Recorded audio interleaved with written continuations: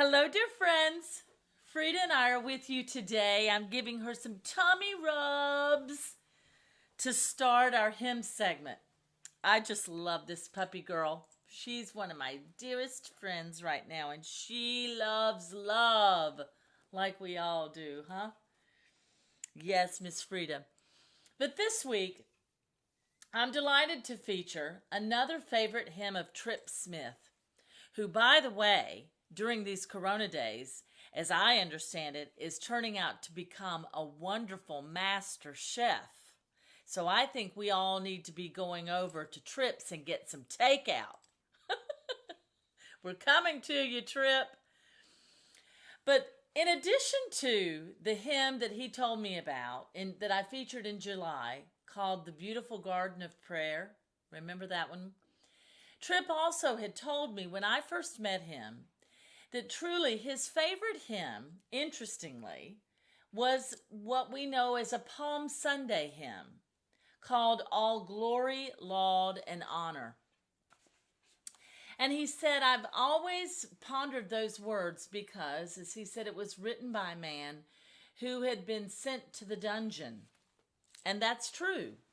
And when I knew that that was his favorite hymn, I thought, I'm going to research this. And of course, how happy I was to find it in Robert J. Morgan's commentary that I use many weeks called Then Sings My Soul. But Tripp was right.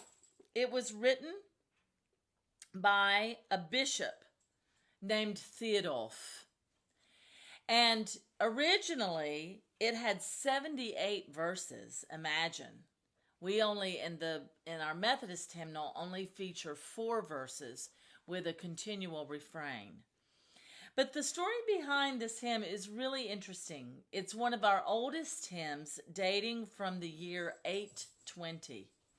And it also has its basis in the book Zechariah, chapter 9, verse 9, which reads, Behold, your king is coming to you. He is just and having salvation, lowly and riding on a donkey, a colt, the foal of a donkey. The mighty Charlemagne, who lived during the years of 742 to 814, was the king of the Franks, and he united most of Western Europe under his crown. He was a visionary who advanced education and reformed the laws, economy, and culture of Europe. When Charlemagne died, his son, Louis I, assumed the throne. That's Frida playing. At first, all went well.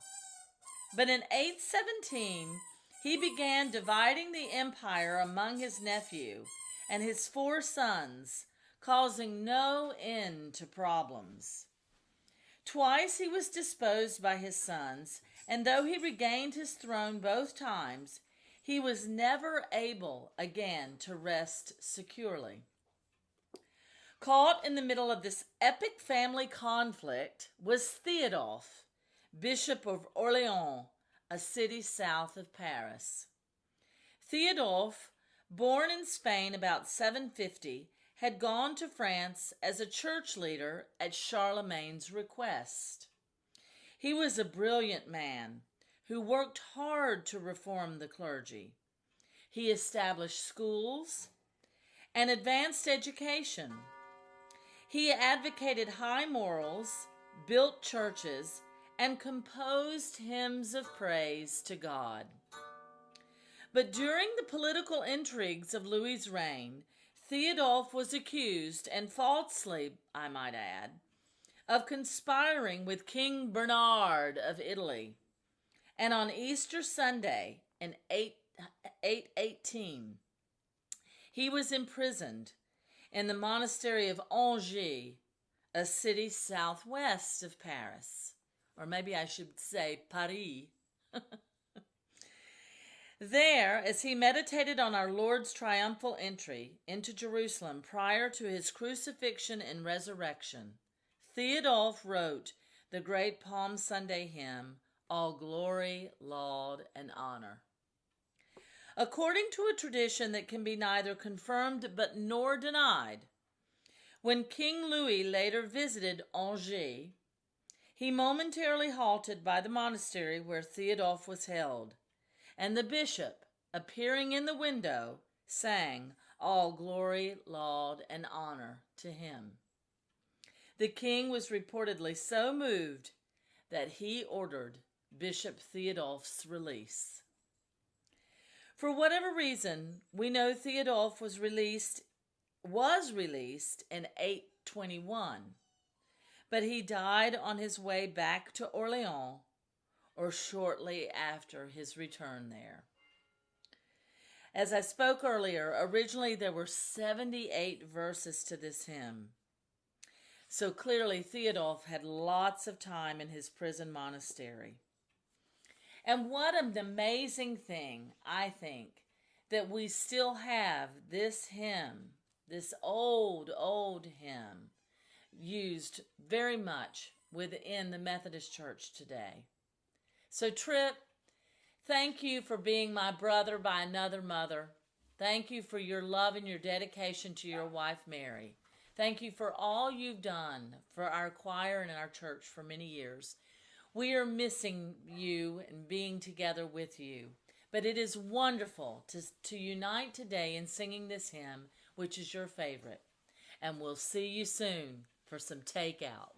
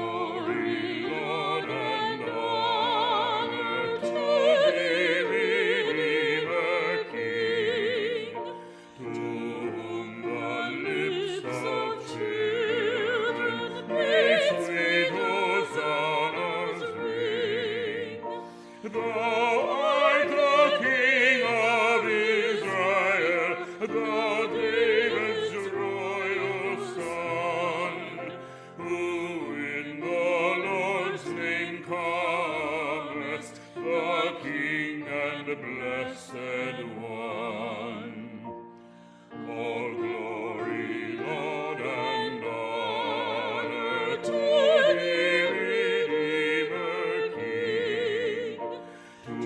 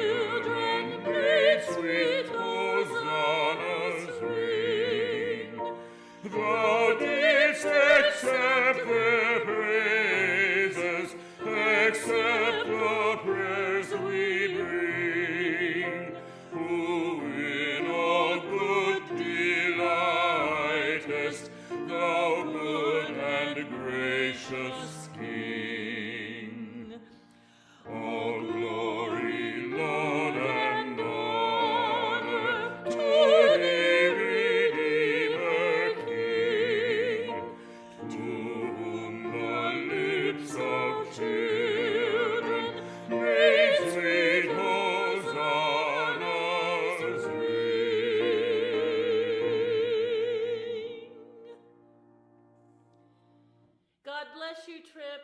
God bless all of you who we miss dearly and look forward to seeing again really soon.